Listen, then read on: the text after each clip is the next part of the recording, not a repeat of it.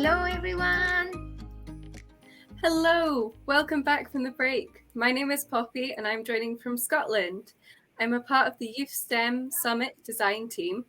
If you've just joined us, please go ahead and introduce yourself in chat and let us know where in the world you're joining from. We've had a great first half of day one, and the second half of today's program is set to be equally awesome.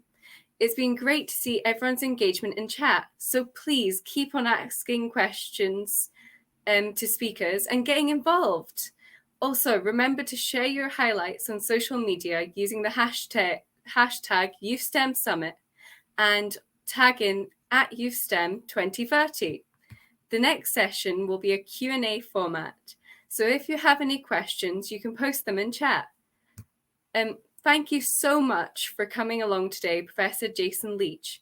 Jason is Scotland's National Clinical Director. He qualified as a dentist in 1991 and was a consultant oral surgeon in Glasgow. He has a doctorate from the University of Glasgow and a master's in public health from Harvard, and is a fellow of 3 UK surgical royal colleges. Throughout the COVID-19 pandemic, he has played a key role in public health communications and engagement. He regularly featured at Scottish Government press conferences, as well as public engagement on regional and national television and radio. He has received praise for his ability to translate complex scientific information to the public, providing calm and clear advice. Hi, Jason. My name is Isabella, and I'm so glad to stay here with you and ask you some questions, understand your work, and learn from you. So, the first question will be, could you please tell us a bit more about your role as the Scottish Government National Clinical Director? Well, good afternoon, both of you. Poppy, it's lovely to see you again. We've met a number of times during the pandemic, and actually, you're one of the pandemic's best communicators, Poppy, not me in that lovely introduction. And Isabella, it's lovely to meet you and everybody else who's joining. So, the National Clinical Director in non-pandemic times is in charge of the quality and delivery of the health and care system. Now, I can't do that by myself. There's hundreds of people, tens of thousands of people who do it. But I am the senior clinical advisor to the First Minister of the country for the quality and safety of the health system, along with the Chief Medical Officer, Gregor Smith, and the Chief Nursing Officer, Alex McMahon. So 3 clinicians at a senior level trying to help the politicians make the right choices. And I'm also in charge of, forgive this summary, all the diseases that can kill you. So cancer, heart disease, neurological disease, respiratory disease. So all of those things, the policy for them sit in my bit of the government. And we give advice, we try and give guidance, we try and help the patients and the families. And then in COVID, I've become, as Poppy says, one of the faces of the pandemic in Scotland and across the UK. So I've tried to be one of the communicators that we've used to speak to the citizens of Scotland and the rest of the UK to try and help them work out what the heck to do next. Thank you so much for that. It's really fascinating learning about all the work that you do that's not only just COVID-19 related. So with COVID-19 vaccine rollout taking place all across the world, could you please explain what a vaccine is? It is probably the single greatest medical invention in history. It's estimated that it has saved more lives globally than any other single thing except clean water. So just this week, we published some new research from Europe that suggests the COVID vaccine has saved 450,000 lives in the first 9 months, 10 months of its existence. In Scotland, we've saved 27,000 lives. So without the vaccine, 27,000 more people would be dead. Fundamentally, it's a trick. What the scientists do is they take a little bit of the infectious agent and they make it into a vaccine, and they trick your body into thinking they've given you the actual agent, but they haven't. So you can't get the disease, you can't get sick, but your body thinks it's the disease. So it therefore mounts a response to the disease, what we call immunity. and it makes antibodies and it gets the cells ready and all kinds of stuff happens that I don't really understand, to be honest. But they're like soldiers waiting for the real enemy to arrive. And when they're made, when the real enemy arrives, which is the virus, the infection, your body is ready. Your body is triggered and can then fight off the real infection. It doesn't stop you getting it, but it allows you to deal with it when you get it. So it's genius. It was invented by a man called Edward Jenner, an Englishman, who noticed that women who milked cows didn't die of smallpox, which seems weird, eh? So smallpox killed 10 to 20% of the population in the late 1700s. But women who milked cows didn't catch it. So instead of just ignoring that and thinking that's very interesting, he worked out that actually it was because they were spending so long with the cows, they were immune to a disease called cowpox, which was very, very similar to smallpox. So they were being immunized against smallpox with a trick disease that didn't harm any humans. Do you see how it works? And then he broke all kinds of rules that we wouldn't be able to do now. He inoculated an 8-year-old child who was the son of his gardener. And he gave the 8-year-old child cowpox. Now, he knew that wouldn't kill him because humans don't die of cowpox. But he then tried to give him smallpox and he didn't get sick. So that was the first ever vaccination. And then 300 years later, we're still using basically that same technology. We do it slightly more ethically than Mr. Jenner did, but roughly speaking, that technology is still what we use today. Wow, it's so interesting. I didn't know about that story of how the term vaccine appears, how the first vaccine was made and was like created, and it's so cool. But when we talk about COVID-19, also we can stop talking about fake news, because right now this is like a digital era or digital age, even though I am from South America, we have the same movements on Europe, on the United States, on Asia. There were a lot of movements against the vaccines. There were a lot of like fake news and horrible news that make some part of the population said, no, I don't want to get vaccinated. So with that said, we want to make like this question about, could you please explain the safety of the vaccines right now? Where are you from, Isabella? Which country are you from? I am from Peru. Ah, okay. I've never been. I need to come visit when this is all over. I've always wanted to visit Lima. So the safety of the vaccine is the same as the safety of all other vaccines. What people are slightly worried about here is we did it awfully quickly. And we did do it quickly, but we did it quickly because the whole world was focused on this one problem, as were all the governments. So we managed to bring drug companies, the private sector, along with the public sector, the governments of the country, and use money and clever people in universities and scientists to work really well together and do it much faster. So the first vaccine created was actually created with a real international collaboration of Turkey and Israel and the UK and the US and everybody all working together to get that one vaccine. Vaccines are not the disease. They don't contain the disease. They cannot give you the disease. And the track record of vaccines for 200 years has been absolutely astonishing. Much, much safer than medicines or drugs that we take for other reasons and we don't even think about it. Much safer than some of the things that we just don't hesitate to take for headaches, for blood pressure, for whatever else is that's wrong with us. I think there is a problem with misinformation, Isabella. You're absolutely right. And social media has just amplified. It's always been there. Even in Jenner's time, people used to hand out leaflets on the street. You can find them online. There was an anti-vax community in the 1700s, but they didn't have Twitter. They just had printed pieces of paper and they would hand them out in the streets of London to try and get people to not get the smallpox vaccine. And people died as a result of not having the smallpox vaccine. And we have exactly the same thing. What we have now, though, is this amplification of it by social media.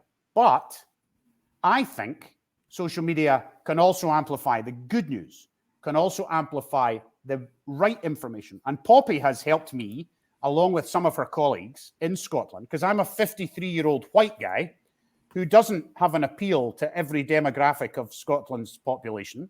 Why would the young people of Scotland listen to me? They're much more likely to listen to Poppy. So if I can help Poppy with the science and help her be able to answer those questions that some of her peer group will ask her, I think that's how we should compete against that misinformation. Because I work for the government, so people don't trust the government. They don't trust me. They don't, all that. So I've spent time with our Muslim community. I've spent time with our Gypsy traveller community. I've spent time with our Eastern European community, who are traditionally slightly more vaccine skeptical than Western Europe. So all of those things to try and help people understand. There's a fantastic resource, finally.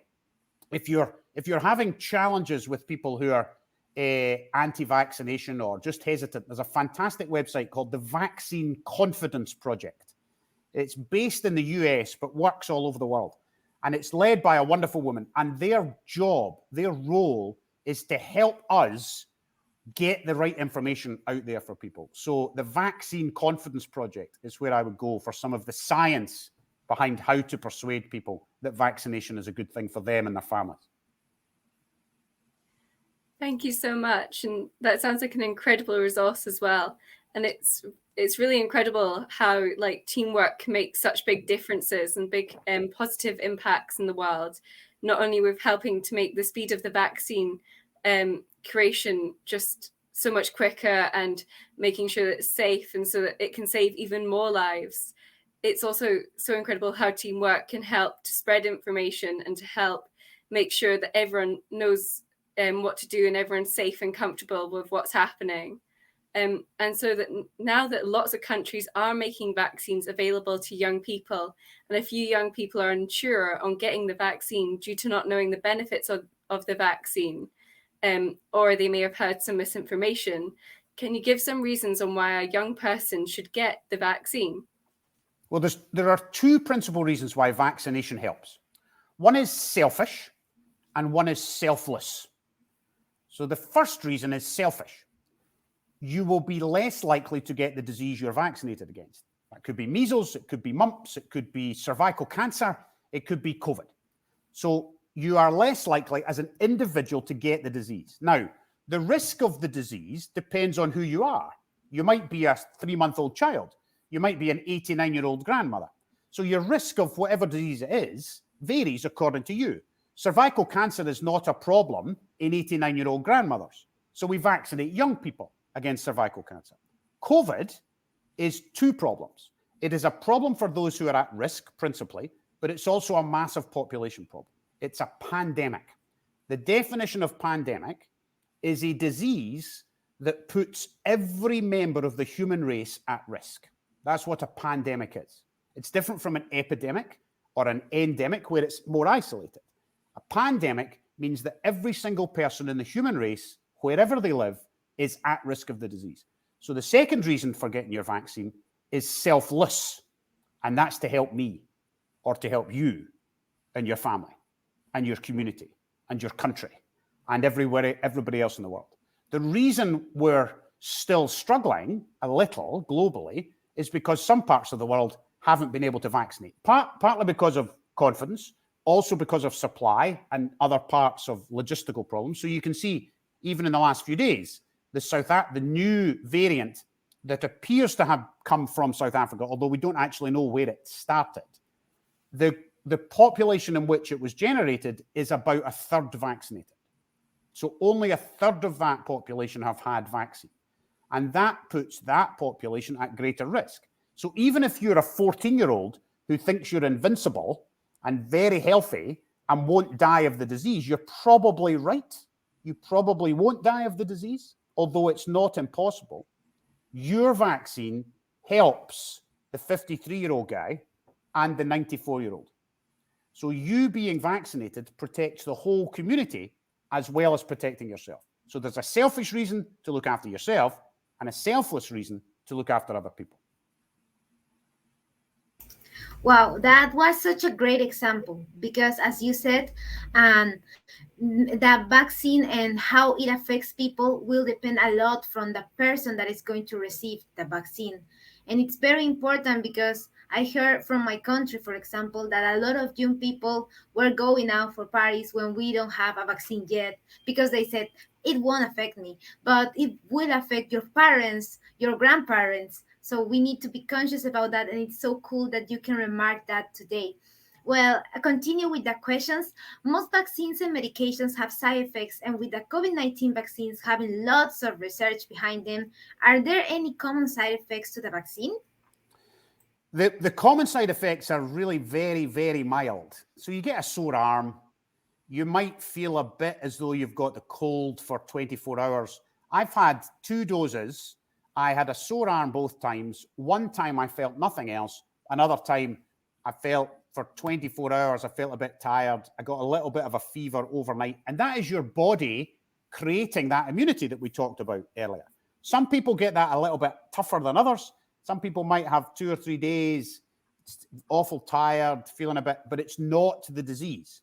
Now, rarer side effects are very, very unusual. Right at the beginning, if you remember, we had a couple of people who had an allergic reaction to the first vaccine, particularly in the UK, and they were very ill. Now, there is allergy to vaccine. There's allergy to everything. There's allergy to Peruvian food, I'm sure. There are people who can't eat everything that everybody else can eat. It's a thing. So right at the beginning of the vaccine, we happened to meet 2 people who were very allergic. Then we did millions of people and there were hardly any more. It was just a little bit unlucky that those 2 people were early on. So there is rarer side effects like allergy. There's also a rare side effect for some of the vaccines of an inflammation of the heart muscle. It's tiny, tiny numbers of people, but it's one of the things that makes young people think, well, that doesn't sound very good. I don't fancy that. You're much more likely to get the inflammation of your heart muscle if you get COVID, by a factor of thousands. Much more common if you have COVID than if you have the vaccine. So they're not completely risk-free, but honestly, compared to going out tonight in Glasgow and walking down the street, it's less risky than that. And it's much less risky than COVID.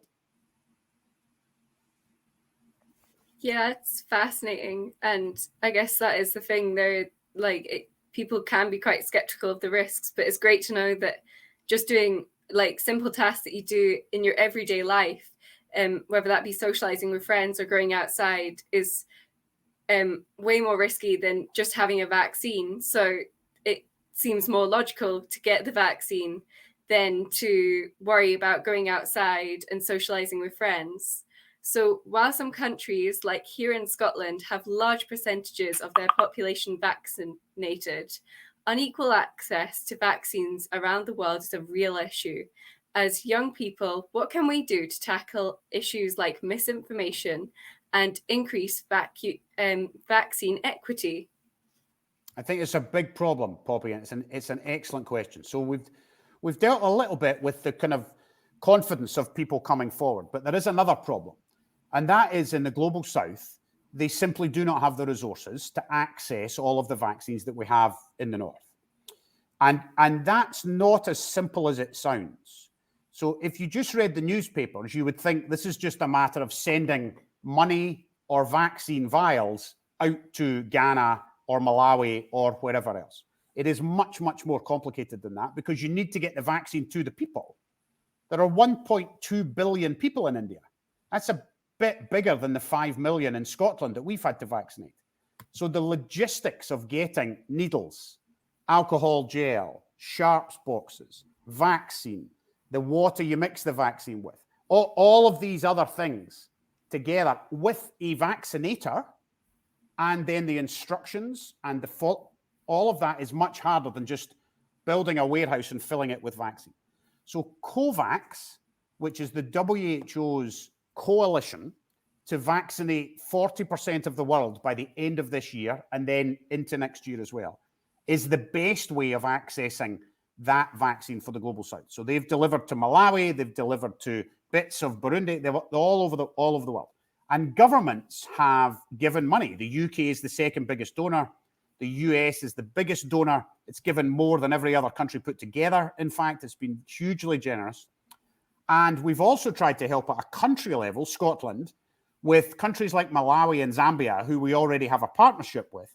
We've tried to help with the logistics. So trying to help them with how, so for instance, we have a digital system of knowing everybody, what their vaccine status is, who they are, where they live, their dates of birth. So that is technology that we can share with other countries. So we've tried to help other countries with that. Young people, I think, can campaign locally for their country to be in that game.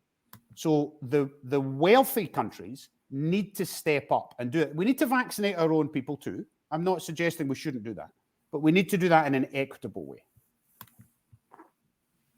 Yeah, definitely. Thank you so much. So I think we have time for around one question, but if you it would be quite good if you could keep it nice and brief.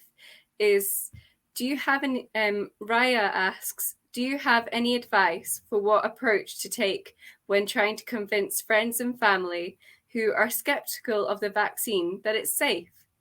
So don't fight the anti-vaccinators. If they're really anti-vaccine and they're conspiracy theorists and they think Bill Gates is trying to chip them all, then ignore them. Don't even try. Don't try. If they have genuine questions, point them towards trusted resource. In Scotland, that's NHS Inform online. Now, you can access that from anywhere in the world, but it's Scottish. But you could still understand it, I'm sure. And every country will have a version in their language and their literacy of what that trusted voice looks like.